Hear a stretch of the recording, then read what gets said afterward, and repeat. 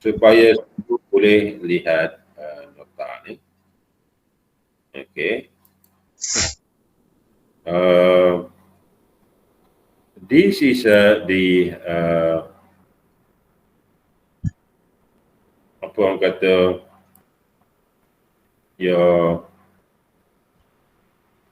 lecture today is on time series. Now, time series forecasting and index numbers. So kita bagi time series forecasting and index numbers. Time series, times refer to is actually is refer to time. Time refer to time atau masa lah. Dalam bahasa Melayunya masa.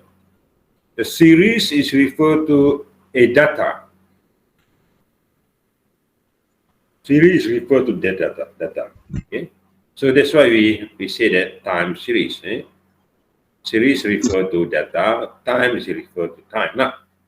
So the thing here is the time related to data. Okay. Series is refer to a series of data, whereas time is refer to time. Time can be what I call minutes, can be hours, can be second, can be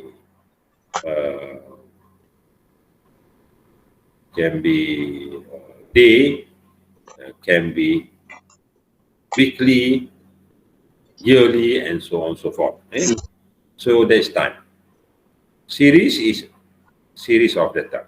Whatever data you want to insert in. Okay. That is a time series. Okay.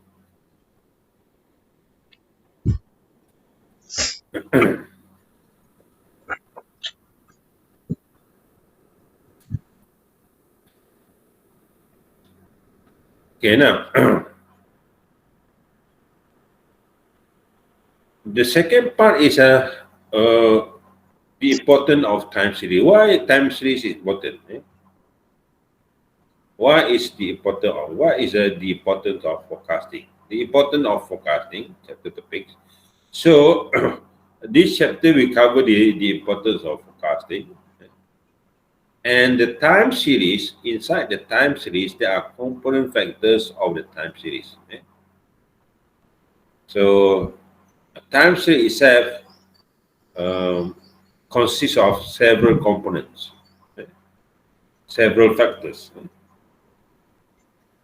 Then the second part, the third part is we want to do a smoothing of the time series by using the moving averages and exponential smoothing. Then the last one is that you want to use there are two methods. The two common method is moving average as exponential smoothing and linear quadratic and exponential models. So this is why called a least squares. Least squares, trend, fitting, and forecasting. And this part is what I call is a business or economic approach time series. We have two approaches in time series. One is economic approaches, business approaches. Then the other part is the mathematical approaches. So time series ada dua approach. Satu is what I call the mathematical approach, and the other one is business and economic or management approaches. So for the first part here, okay, I will teach you on business approaches and economic approaches. And the second part, then only we go for the mathematical approaches. Mathematical approaches is quite difficult, it's quite tough, it's quite tedious. Is susah sikit lah untuk kita menulisnya. Tetapi untuk economic approaches is very simple lah, very simple. So time series. So I will explain the importance of forecasting. So time series, dia punya time series. We have time and series of data. The main purpose here, the main purpose of this time series, the end product of a time series, the main purpose of or the end product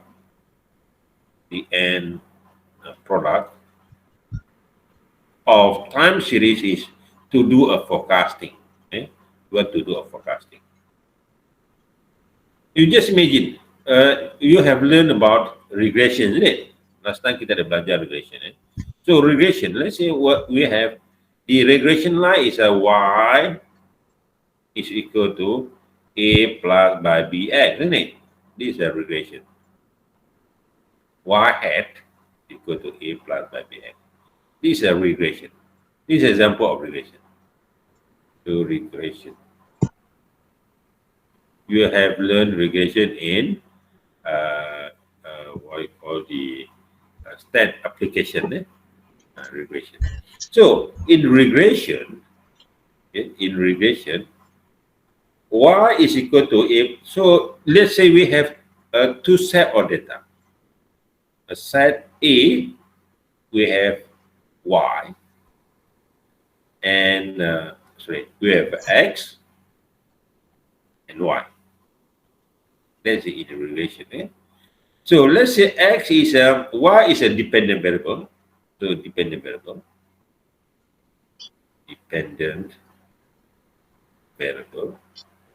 And x is a independent variable.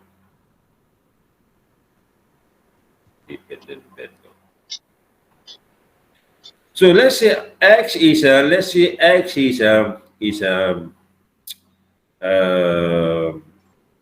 temperature. Let's say, for example, x is we refer to temperature x, and y is a sales of ice cream, for example.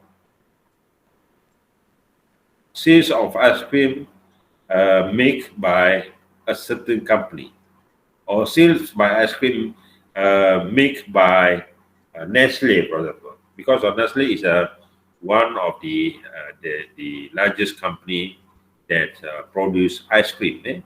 So sales of ice cream depend on temperature. The higher the temperature, the higher the sale. Okay? So let's say the temperature is let's say 30 degrees Celsius, 31 degrees Celsius, and so on and so forth. Let's say the sales here is 1 million, for example. Here is 1.2 million. Okay, 1.2 million, and so on and so forth. So here is your x, and this is your y. By using this data, we can let's say we have 1,000 data. Yeah? By using this 1,000 data, you can calculate your regression line. So let's say my regression line is equal to y is equal to 1 million, or y is equal to 500 plus by b 0.9 multiplied by, or sorry, 1.1 multiplied by x. This is my regression equation. So what is the purpose of this equation? What is the purpose of this equation? The purpose of this equation is to predict the sales of ice cream. The sales of ice cream when we know a certain temperature. When we know a certain temperature.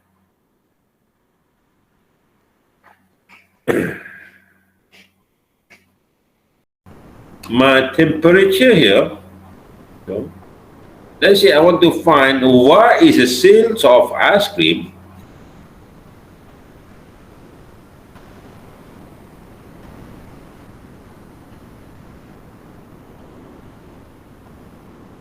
So the equation now is like this, just now. The equation is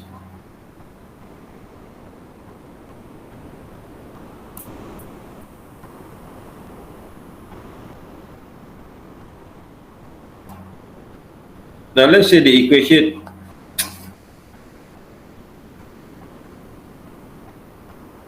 okay, now let's say the equation is like this. Y is equal to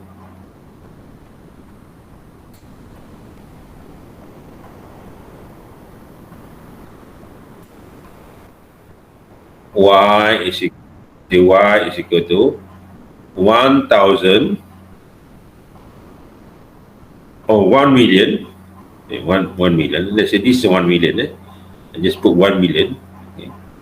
Plus by 1,000 here is will refer to 1 million. 1 million plus by 0.9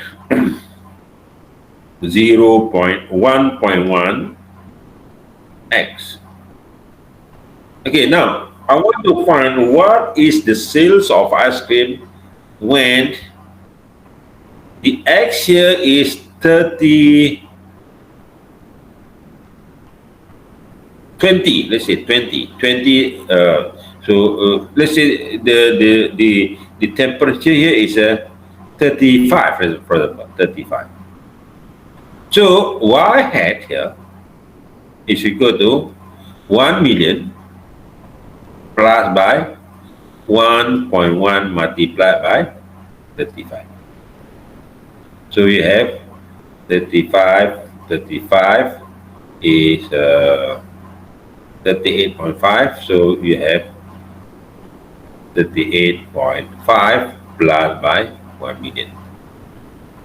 So I have here, the answer here is y hat is equal to 1038.5. This is the purpose of regression. Okay. So at the end of the end product is to do a forecasting. This is a forecasting. This is known as a forecasting. We can use this equation to forecast the future price where we know the value of x. Okay, the time series is we convert the x here in terms of the x here is independent variable. In terms of the x here is temperature, but we convert this, we change the temperature here to time.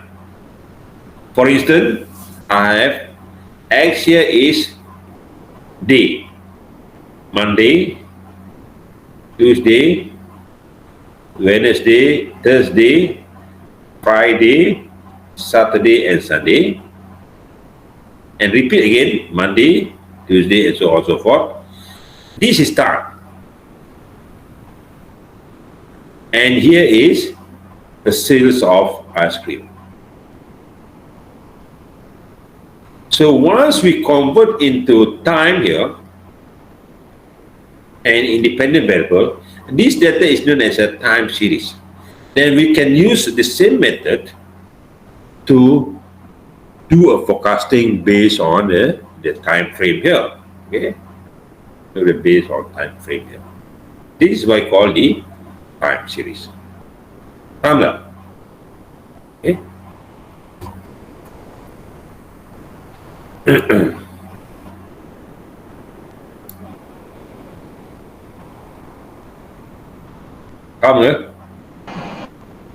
Faham. Okay, now there are several components in time series.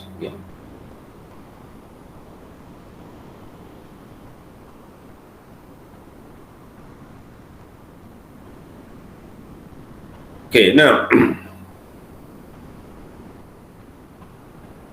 kemudian kita pergi the importance of forecasting. That just now is the importance of forecasting.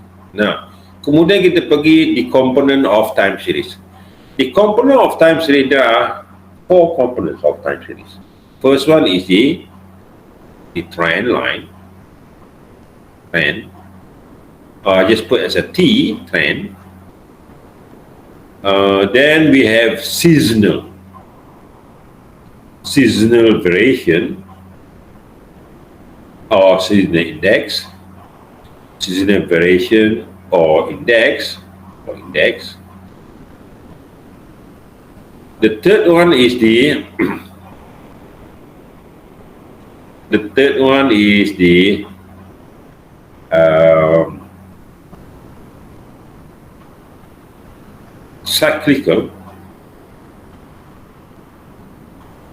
cyclical, and the fourth one is irregular or random.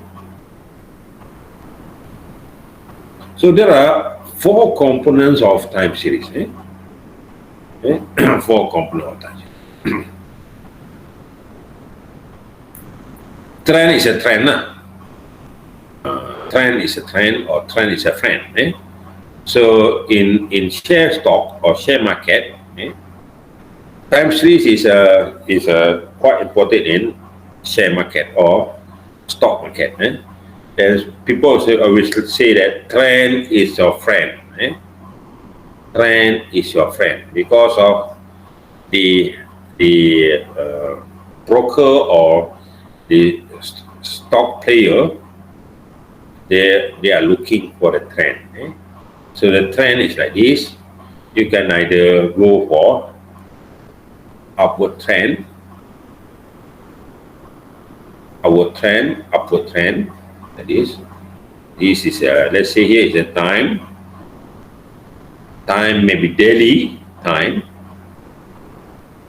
and here is your let's say the price of a stock. Price of the stock. Tahu stock apa? Saham, stock. Price of stock.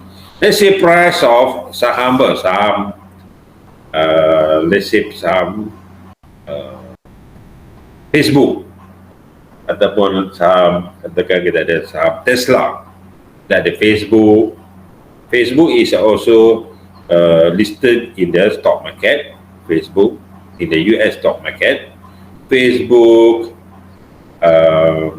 Google,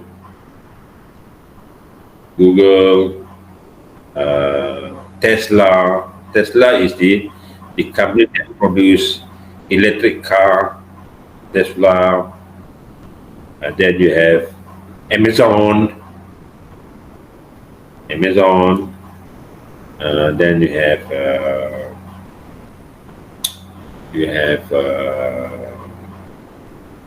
Pfizer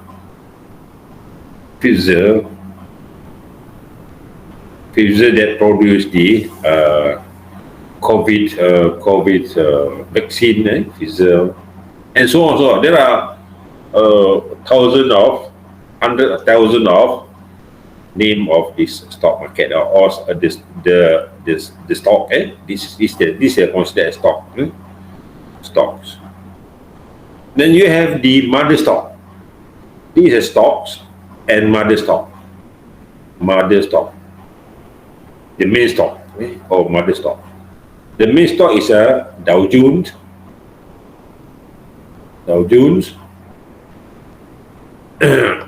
have the what you call the Nasdaq. Okay. Nasdaq. The combination of the stock here, all the stock here, Facebook, Google, Tesla, and so on, so on, under the what you call the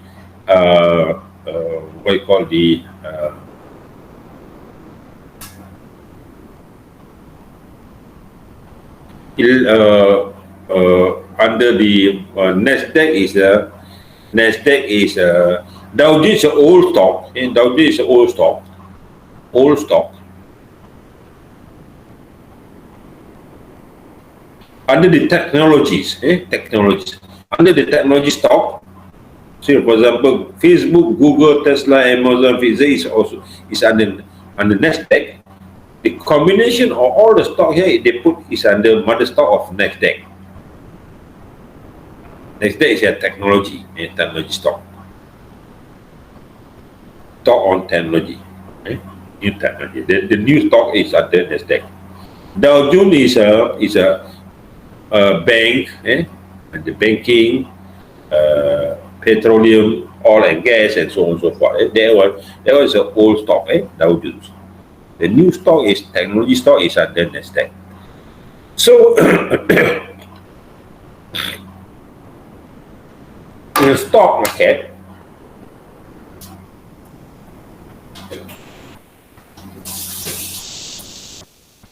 we always look for the trend because of people in stock market say that trend is your friend. Trend is your friend. So trend, for example, I have this is a trend. Trend can be upward trend. This is an upward trend. And then the downward trend. Downward trend like this. Downward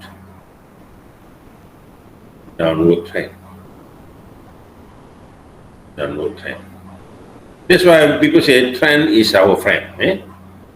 So upward trend in stock market, they say that bullish. And the downward trend, they say that as the stock market, the people in the stock market say that there is a bearish. Bearish and bullish. Bearish and bullish. So kita ada dua istilah, satu bearish, satu bullish. Bearish is a downward trend and the upward trend is a bullish. Bullish ni maknanya dia meningkat. Bullish ni dekatan daripada lembu, bull. Bear ni maksudnya daripada bear lah bukan serigala. Bear is a beruang. Bear is a bearish is a beruang, bullish is a lembu. So lembu ni maksudnya saya delete semua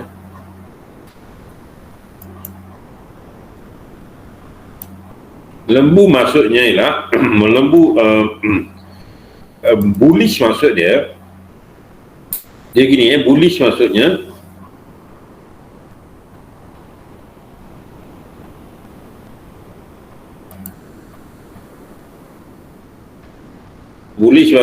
kalau you have a trend line here,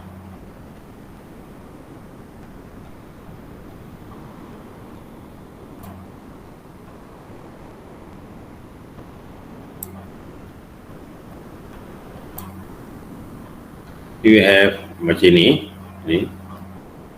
trend. This is a bullish kan. Kalau kita tengok lembu dia nak tanduk tu kan, dia kepala dia macam dia nak menanduk dia tak pandai lukis lembu dia nak tanduk tu dia kan menegak tu kan, dia tanduk kan, bullish. Kalau bearish maksudnya dia menurun ke bawah. Bear kan dia jalan menunduk kan beruang dia jalan tunduk beruang ni badannya besar tapi di jalan dia menunduk dia tak pernah lukis. Beruang ni dia jalan dia menunduk. Inilah is a bearish. Ini beruang. So this is a bearish.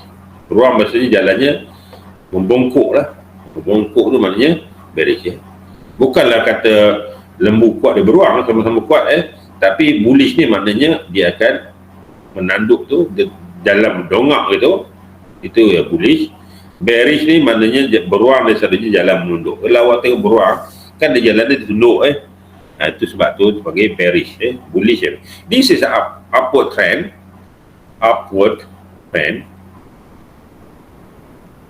and this is a downward trend ataupun bearish. downward trend. Okay, what if I have like this? Katakan kita ada gini.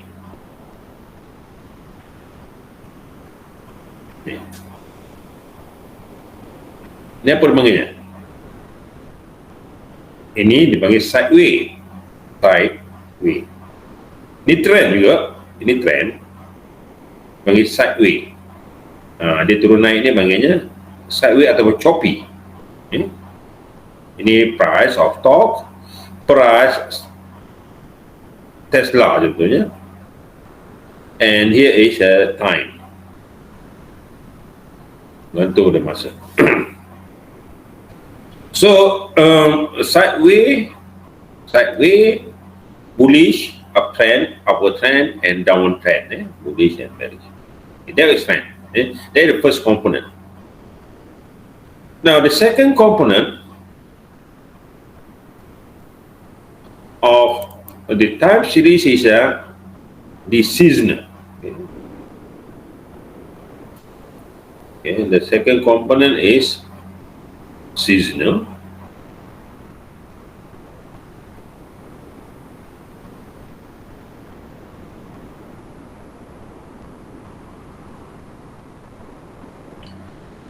Seasonal ni begini.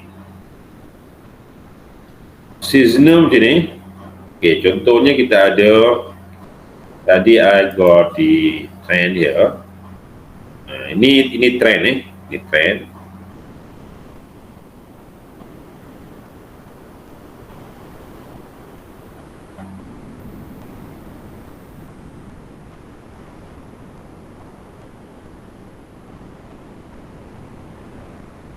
Okay.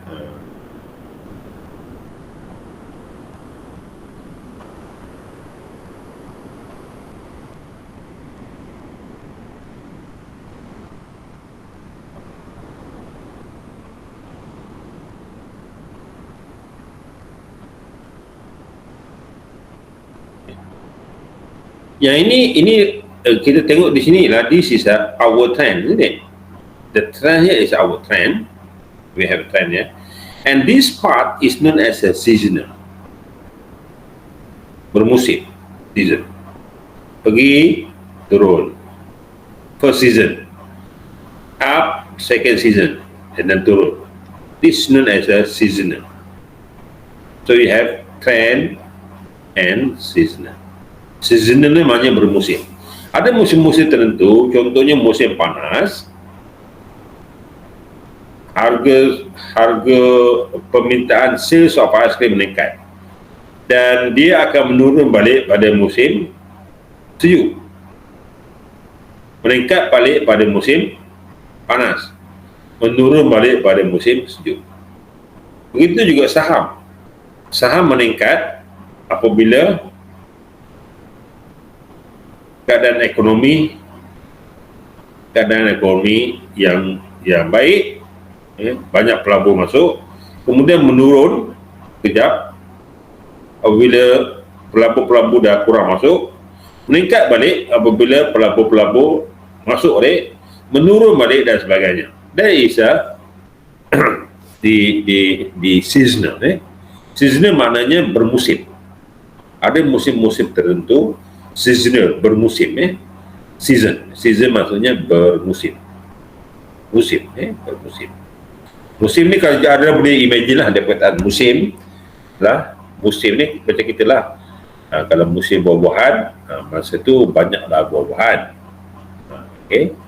Lepas tu habis. Lepas tu turun balik buah-buahan tu. Bilangan ataupun jumlah buah-buahan di pasaran dah turun. Lepas tu musim balik buah-buahan, dia naik balik. Okay. Naik lagi dia punya production. Itu bermusim. Okay. And the third one is a cyclical ataupun kitaran. Cyclical ataupun dalam bahasa Melayunya lah kitaran. Tadi trend dalam bahasa Melayu lah haluan. Trend is haluan. S is a seasonal, is a musim, dan cyclical is a kitaran. Kitaran means cyclical can be seen only for the long period of time. Katakan kalau anda ada apa kata? Ada satu data yang agak kurang data, you cannot foresee the cyclical, because cyclical is a for the long period of time. Baru nampak cyclical. Contoh lah, contoh permintaan untuk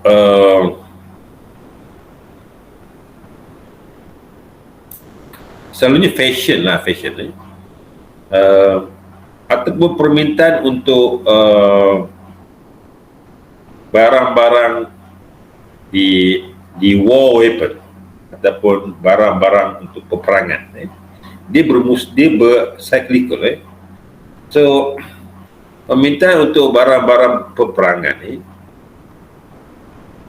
kalau kita ada data for a long period, katakan kita akan ada data gini, let's say this is my data,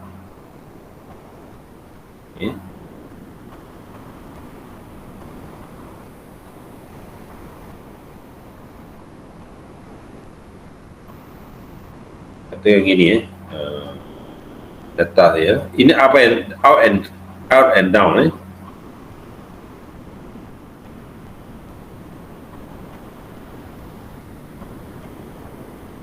dia akan sorry, susah mungkin ya. Kira-kira ni dia gini kalau kita tengok data tu,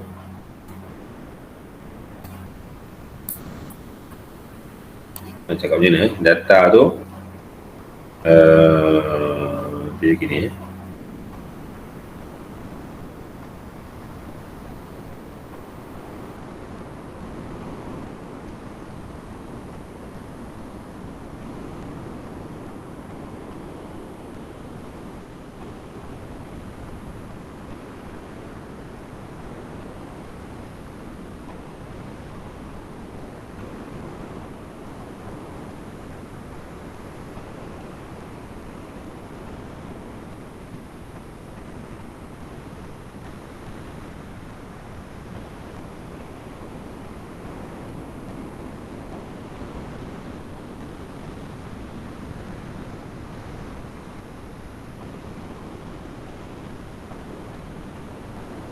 okey. Let's say data ni ada untuk 50 tahun kita measure daily, measure daily, dan untuk 50 tahun.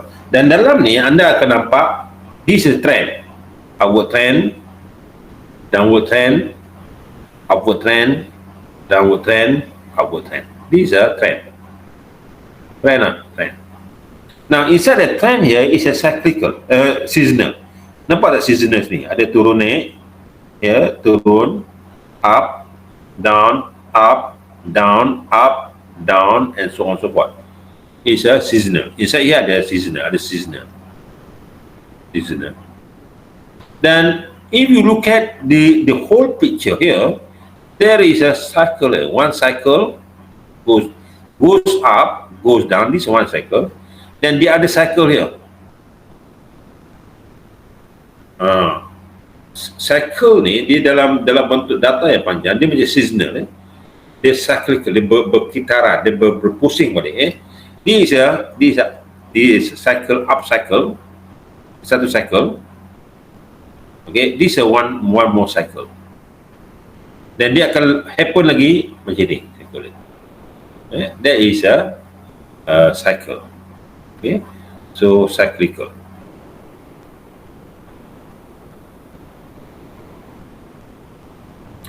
Dan last kali lah irregular. Irregular is ada pelajar baru masuk. Firdaus baru nak masuk dah pukul berapa dah? Pukul 11 dah.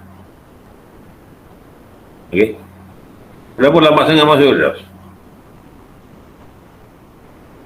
Firdaus? Tertidur doktor. Kalau awak buat hal lagi, awak di bar daripada masuk kelas. Oh, baik doktor. So dia kalau tak ada, saya nak buat kelas face to face face to face now ni. Dia check tu saya.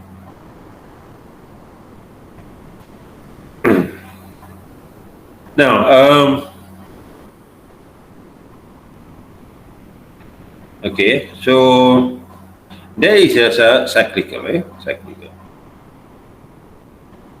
seasonal, trend, and cyclical. And the last one is irregular. Irregular maksudnya ialah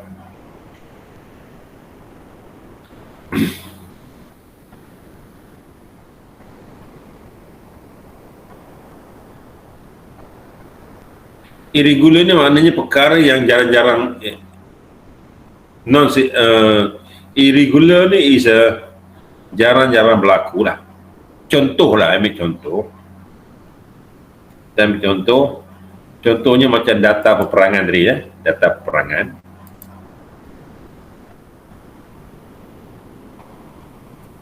Katakan harga gandum sebab peperangan, isu peperangan sekarang ni lah, bila berlakunya peperangan, harga gandum mahal so when harga gandum mahal, the price of harga gandum mahal, dia akan berkait dengan harga roti dibuat dari gandum ada tak roti dibuat dari beras? Ada kan? Ataupun roti dibuat daripada ubi kayu? Tak ada lagi tapi ada negara Indonesia sedang mengusahakan spaghetti biasanya buat daripada gandum kan, dia sedang mengusahakan spaghetti dibuat daripada ubi kayu. Macam mana dia buat conversion ubi kayu menjadi gandum adalah mungkin orang tahu macam mana nak buat conversion tu. Tapi kebiasaannya roti ataupun roti dan sebagainya buat daripada gandum buat daripada gandum. Jadi apabila berlaku peperangan di Rusia, Ukraine dengan Rusia berperang sampai tak habis lagi berperang, maka harga gandum melambung tinggi. Sebab apa harga gandum melambung tinggi? Apa kaitannya dengan Ukraine dengan Rusia? Rupanya Ukraine dan Rusia adalah pengeluar gandum terbesar di dunia. Gabungan antara Ukraine dan Rusia adalah mereka mewakili a quarter ataupun 1/4 jumlah gandum yang dikeluarkan di dunia. So Ukraine plus Rusia, Ukraine and Russia, gabungan dua negara ni menghasilkan 1/4 or 25% sales of wheat, gandum dunia, world ataupun pengeluaran gandum dunia. Jadi dari gandum ni kita bukan makan gandum kita makan roti. Roti itu maksudnya dia pecahkan gandum ni, dikisar gandum ni dan ditapir dan sebagainya. Gandum ni asalnya warna coklat coklat muda. Apabila dihancurkan, dikisarkan semua, diletakkan pewarna pada ubat dan sebagainya, dipanggil bleach dia akan jadi putih, dia akan jadi tepung, flour, jadi flour tepung. Dia tepung ni kita proses pula, campur air, campur margarine, campur sebagainya. Dia akan menjadi, dia akan letakkan pengawet, ubat penaik dan sebagainya, dan dibakar, dia akan jadilah roti. Roti yang kita makan tu, gardenia, whatever, gardenia ke sunflower ke whatever ke sunrise ke federal bread ke, menjadi roti yang kita makan tu. Betul tak?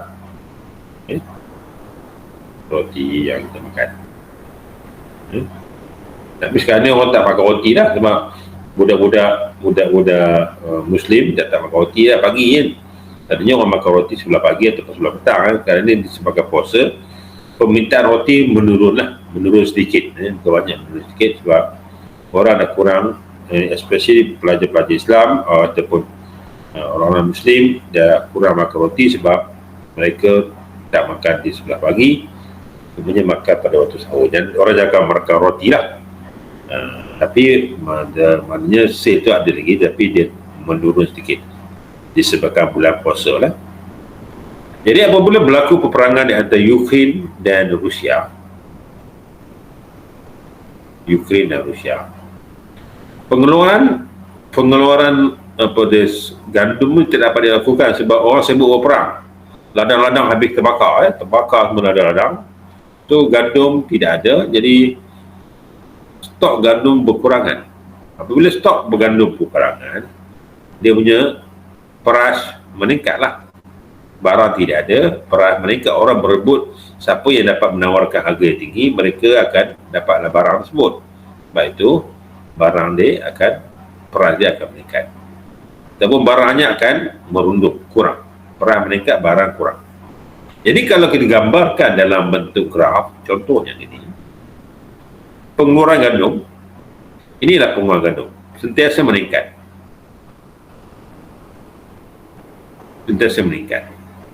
Sebab kenapa saya kata pengeluaran gandum sentiasa meningkat, tanaman gandum sentiasa meningkat? Sebab manusia bertambah ramai. Katakan ini 1950, sekarang ni 2023. Setiap tahun meningkat. Setiap tahun dia pengeluarannya meningkat, dia uptrend. Setiap tahun dia meningkat. Sebab population ataupun bilangan manusia bertambah every year. Jadi nak tanda gandum tu mesti dikeluarkan lebih. Pengeluaran lebih ni sebabkan mereka menggunakan atau hybrid punya seed atau benih yang bermutu tinggi ataupun benih kacukan dan sebagainya, dapat menghasilkan produksi yang banyak. Mungkin dulu, zaman-zaman dulu, 1 ekar gandum boleh menghasilkan, contohnya katakan 1 tan. Tetapi sekarang ni mungkin 1 ekar tanah gandum dapat menghasilkan 2 tan, yang menggunakan benih yang menghasilkan banyak pulangan. Dia sentiasa meningkat sebab kan manusia ni dia sentiasa berfikir menggunakan teknologi yang baru. Okey. Tiba-tiba disebabkan peperangan pada 2022,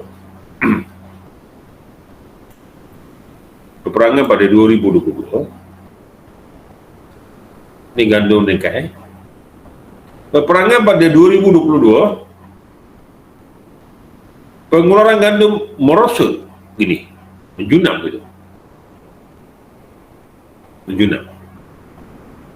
Dan dia kembali stabil. Ini disebabkan apa? Ini disebut sebagai irregular. Dia berlaku sesuatu spark ataupun sesuatu yang di luar kawalan kita, disebabkan oleh faktor-faktor tertentu. Peperangan, bencana alam, ataupun disasters, bencana alam, banjir, dan sebagainya. This is irregular. So tiba-tiba je pengeluaran tu ataupun stok tu tidak ada, turun, ataupun simpanan gandum jatuh, merosot sebabkan peperangan, di mana askar-askar Ukraine ataupun rakyat Ukraine dia tak kisah untuk menanam gandum, disebut dengan perang, ataupun ladang gandumnya terbakar disebabkan dibom oleh Rusia. Jadi dia punya permintaan tu terus merosot. Okey. Jadi itulah dinamakan irregular. Contohnya lah gandum. Okey. Sebab tu baru ni kan krisis makanan, dan semua rakyat negara dah panik, makanan dah kurang, dan semua rakyat pun telah disuruh untuk tanam makanan sendiri. Macam saya bolehlah tanam makanan, rumah saya dekat banyak tanah, Maksud saya tanah yang luas, boleh tanam makanan, tanam pisang dan sebagainya.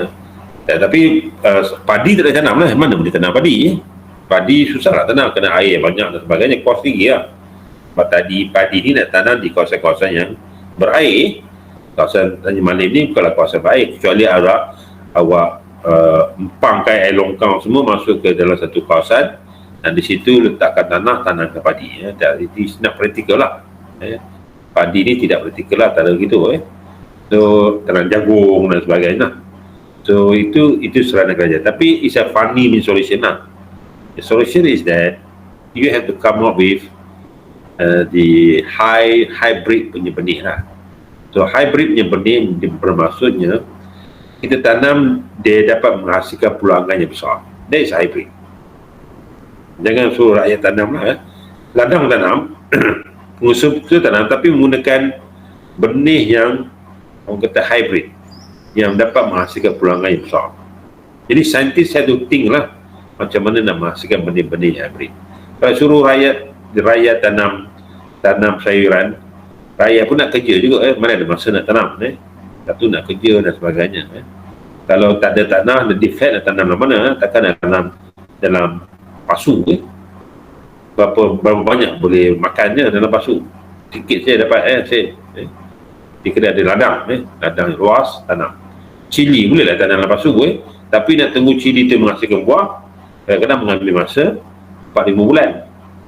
2-3 bulan menghasilkan buah. Tiba-tiba cili tu tak berbuah. Cili jantan contohnya. Ada ke cili jantan? Tak menghasilkan buah. Jadi masalah. Jadi that is not a solution.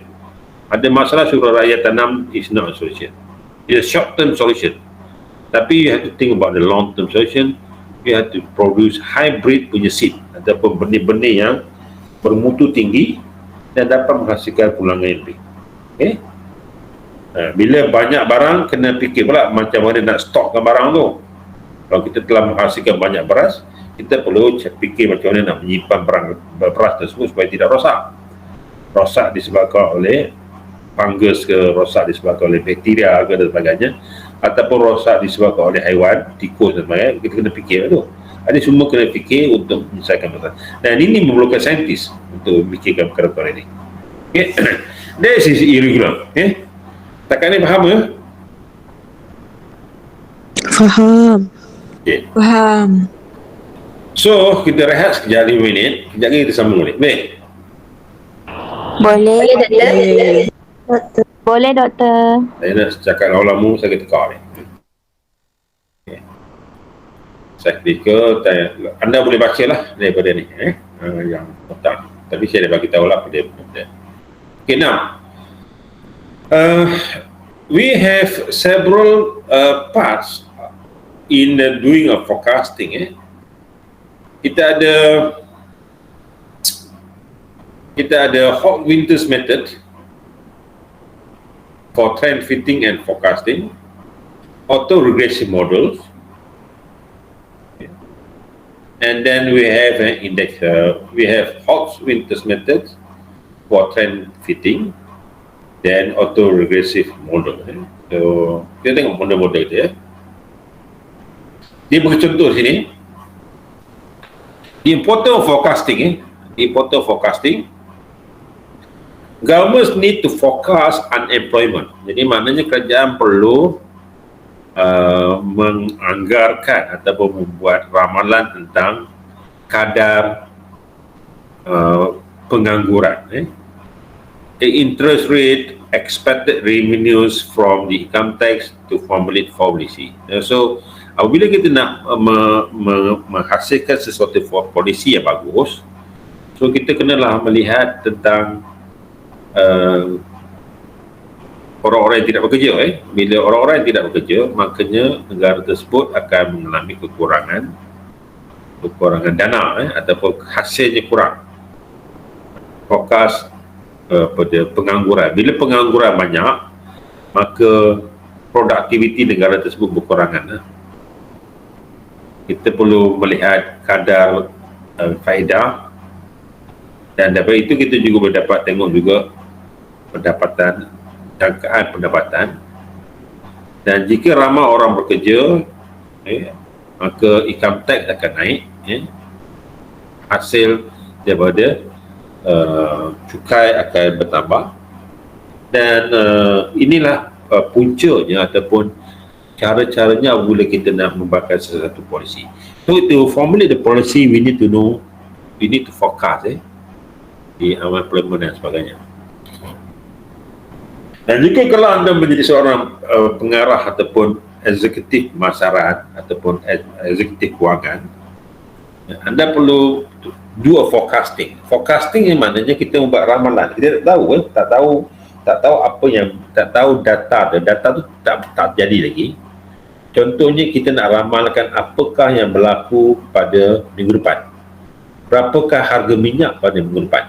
Contoh. So we need to know time series to do a forecasting. So marketing executive, they need to do a forecasting to forecast demand, permintaan, to forecast sales, dan juga to forecast consumer preferences dalam sesuatu perancangan strategik. They have to foresee ataupun to forecast ataupun perlu membuat penganggaran apa yang akan berlaku pada masa akan datang. Kalau kita tanpa melihat data, kita adalah ahli nujum ataupun kita hanya menganggarkan tanpa asas. So time series is that you do a forecasting based on certain foundation, based on a concrete foundation, mathematical foundation yang dapat dibuktikan benda itu betul. It's a scientific approaches, bukannya nujum. Nujum ni maknanya kita difokuskan kepada our instinct atau firasat kita. Ada juga orang boleh fokus based on their instinct, firasat, instinct. Tetapi that is not a scientific, it's not proven. So we do a forecasting, ramalan ni berdasarkan kepada benda-benda yang mathematical which can be proven, can be proven. Ada logicalnya, ada logiknya. Kalau you do a forecasting without logical, tak boleh lah. So ada logical. So that is important forecasting. Contoh lagi, college administrators need to forecast enrollment to plan for facilities for student and faculty recruitment. Maknanya pegawai-pegawai pentadbiran di universiti perlu menganggarkan kemasukan pelajar supaya mereka boleh dapat menyediakan kemudahan untuk student dan juga menyediakan bilangan pensyarah yang mencukupi. Faculty recruitment. Faculty di sini maksudnya bukan faculty yang kita faham. Faculty maksudnya pensyarah. Pensyarah yang perlu dilatih ataupun yang perlu diambil, pensyarah baru yang perlu digajikan, ataupun recruitment ni maknanya diambil. Recruit ni maknanya pengambilan. Recruit ada dua maksud. Satu ialah orang yang baru bekerja, recruit. Ataupun recruitment ni maknanya pengambilan pegawai baru. Faculty recruitment ataupun pengambilan pensyarah. Is referred to pensyarah. Now, retail store need to forecast demand to control inventory levels, hire employees and provide training. Contohnya, katakan Speedmart. Speedmart dia kena tahulah. Retail store ni contohnya Speedmart. Kita ada sekarang ni yang popular, sangat popular ialah Speedmart. Itu satu company yang betul-betul membuat kejayaan dalam retail. Apabila Speedmart menjalankan perniagaannya, peruncitannya, saya secara peribadi tak bersetuju. Saya kata company ni akan bankrupt sebab peruncitan ni marginnya sikit, tetapi Speedmart berjaya. Speedmart, pernah dengar kata Speedmart? Speedmart ditulis tu 99. Speedmart 99 Speedmart. Company ni betul-betul berjaya.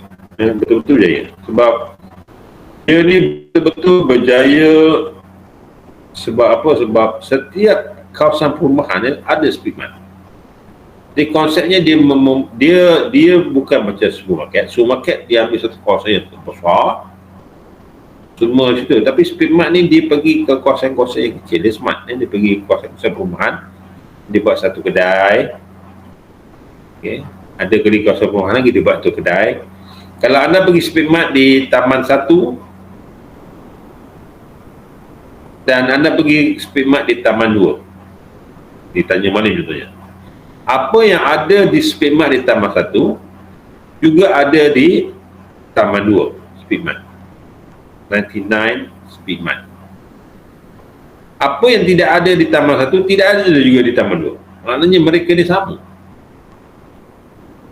dia homogen, sama, barang-barangnya sama. Maknanya lori yang besar tu datang, lori yang besar menghantar barang tu datang, mereka menghantar barang yang sama. Kalau lori tak bawa barang tersebut ke kedai ni, maka kedai ni mungkin tidak ada. So once you katakan you pergi ke Speedmart Taman 1, you cari sebotol, nak membeli air spritzer, air berjenama spritzer, air minuman berjenis spritzer. Pergi ke Speedmart Taman 1, dia kata tak ada, di sini tak ada. Kalau anda pergi kepada Speedmart Taman 2 pun, anda dapati bahawa air spritzer tidak dijual di Taman 2. Itu konsep dia. Maknanya tetapi mereka berjaya kerana mereka ni adalah mereka buka satu kedai kecil tetapi banyak ni setiap taman ada. Jadi memudahkan orang lah datang. That is a retail store yang berjaya di Malaysia. So retail store need to focus demand to control inventory level. Mereka terpaksa, pegawai-pegawainya terpaksa membuat forecasting. Ada cara lah mereka buat forecasting. Kadang-kadang mereka buat forecasting secara pengalaman saja. Dia kena buat forecasting sebab dia kena tahu berapa banyak nak diorder supaya dapat penyimpanan yang optimal. Sebab Speedmart ni kadang-kadang kedai dia kecil.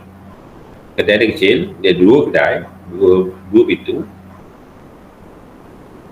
dua kedai. Belakangnya dia store.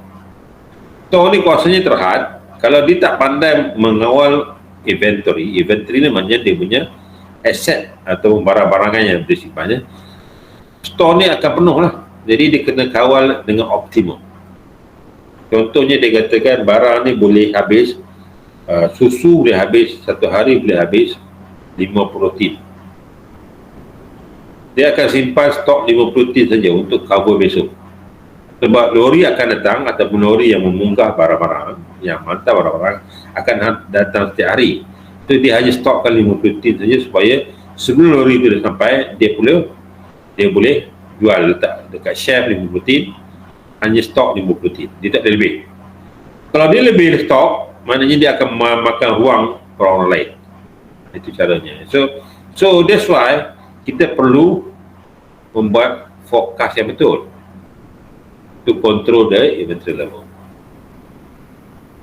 Juga kita perlu melihat kalau kita punya sale tinggi,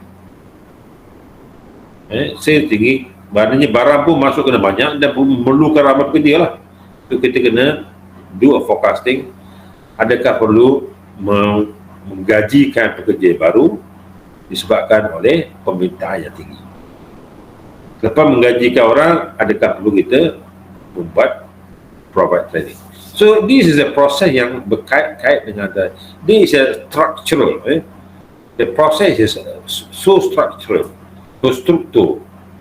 so structural, which is inventory ada kait dengan employees dan ada kait dengan training. So dia demand ada kait dengan inventory dikaitkan dengan employees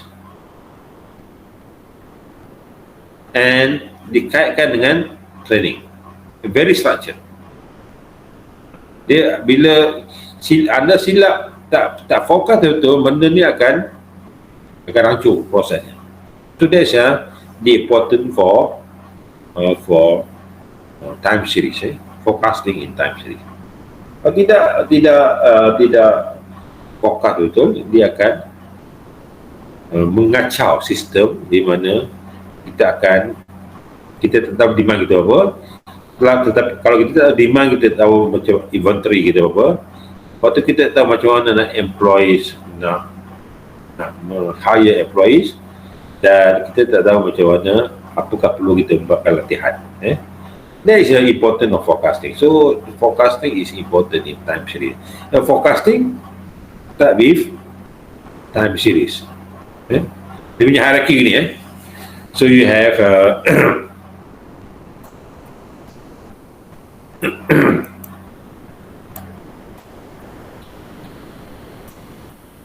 you have forecasting. Ini forecasting. Last part is forecasting. Yeah. Kemudian before that you have time series. Time refer to minutes. Minutes can be referred to hours. Can be referred to hours, daily, weekly, monthly, yearly, and so forth, so on, so forth. This is a time. Series is referred to data. Series is referred to data. And this data consists of 4 components: trend, bullish or bearish, or what we call the sideways, and seasonal. Then you have cyclical. Then the last one is irregular. Then only we apply mathematical model. For example, you use Holt-Winter methods. You can also use the moving average. We can also use the exponential smoothing. Exponential smoothing.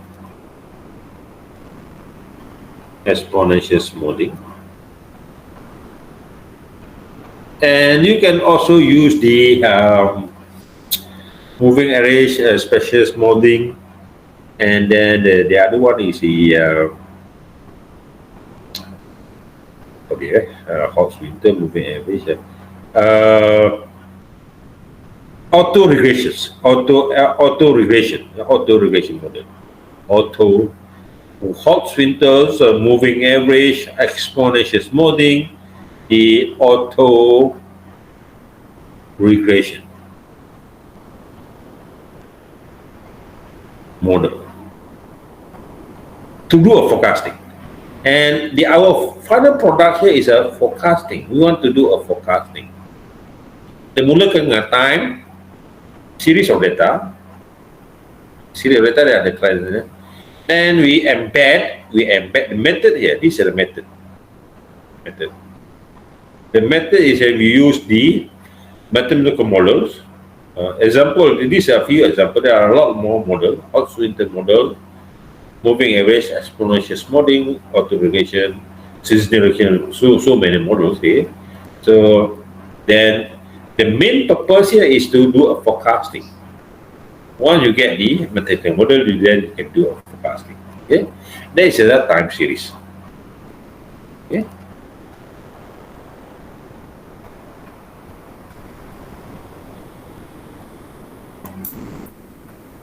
Okay.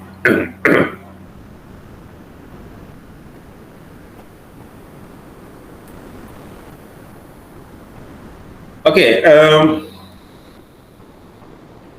Kita ada dua model. Moving average. We start with moving average. Moving average model.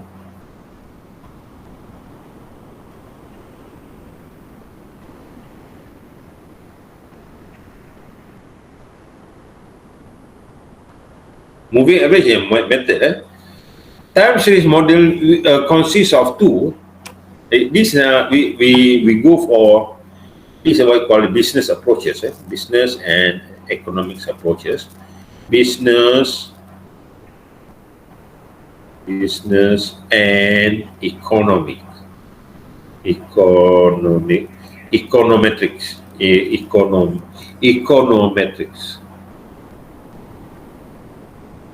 Approaches.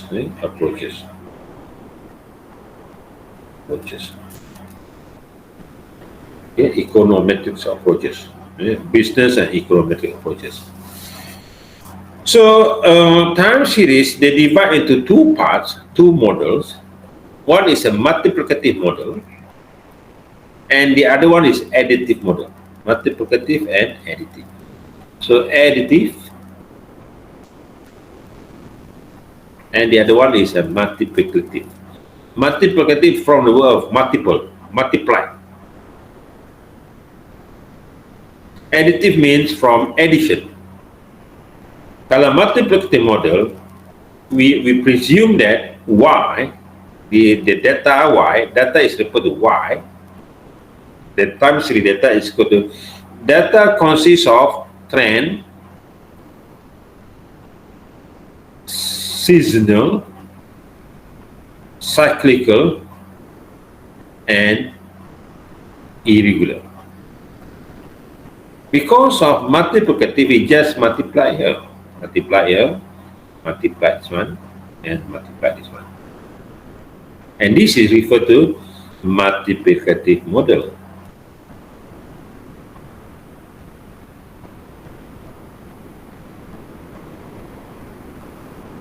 Okay. Now, what if we want to use the additive model?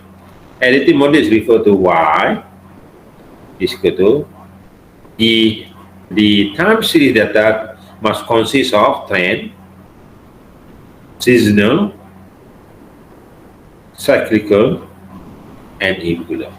Since this is an additive model, we just add this thing. 1 T plus by S plus by C plus by I. And this is known as a additive model. So you have multiplicative and additive model. Now for the additive model, normally for the additive model, how to determine, how to detect whether the model is additive or multiplicative. So one way is to draw the line, the chart, to plot the chart. And then if you find the chart is some sort like this, let's say your chart is like this, is a consistent over time, is a consistent, the up and down pictures here is consistent. Okay. This uptrend,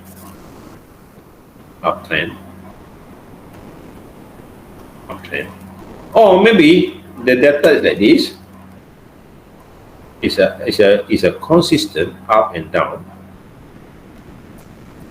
This shows the consistent, the downtrend, bearish and bullish, uptrend. Or the data is like this, is sideways, is a consistent. Okay, consistent, data is consistent.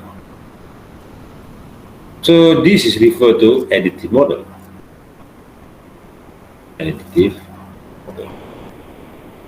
So where y is equal to the plus S plus C plus R. Now, what if I have this type? The data like this. So I have this type of data.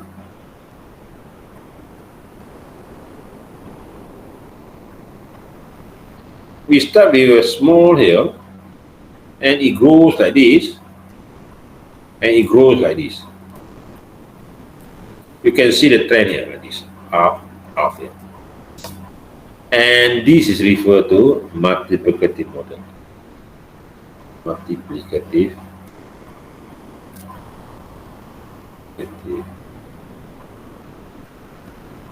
And here is y is equal to T S C I.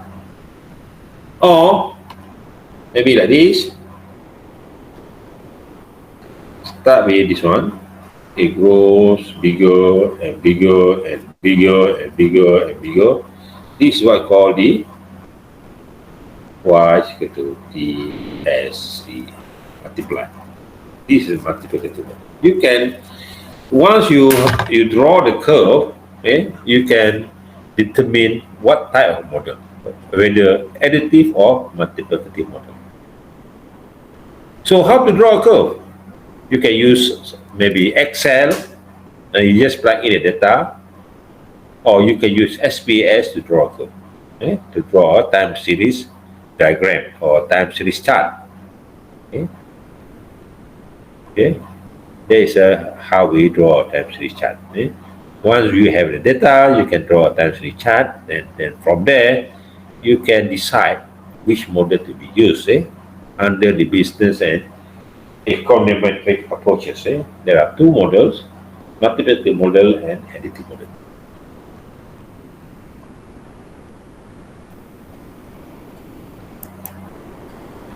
Okay. Okay, before we go to moving average, kita rasa kita stop sini dulu banyak dah saya terangkan tanpa henti. So ini sekejap je saya nak terangkan. Nanti kalau saya habis cepat sangat, so tak ada kelas pula So kalau saya mengajar terlalu laju nanti awak tak faham. So saya tak nak ajar lebih-lebih lagi. So you balik, you tengok balik video, you fahamkan. Kerana saya ajar satu hari pun boleh habis semua ni, tak ada masalah. Tapi takut awak terlalu banyak maklumat masuk dalam otak awak. Tutup rakaman. Siapa nama ni? Kru rakaman ni? Siapa yang buat rakaman? Daniel. Daniel. Daniel tutup rakaman Daniel. Okay, dah habis lah kelas yang ni. Sebenarnya saya tak nak pergi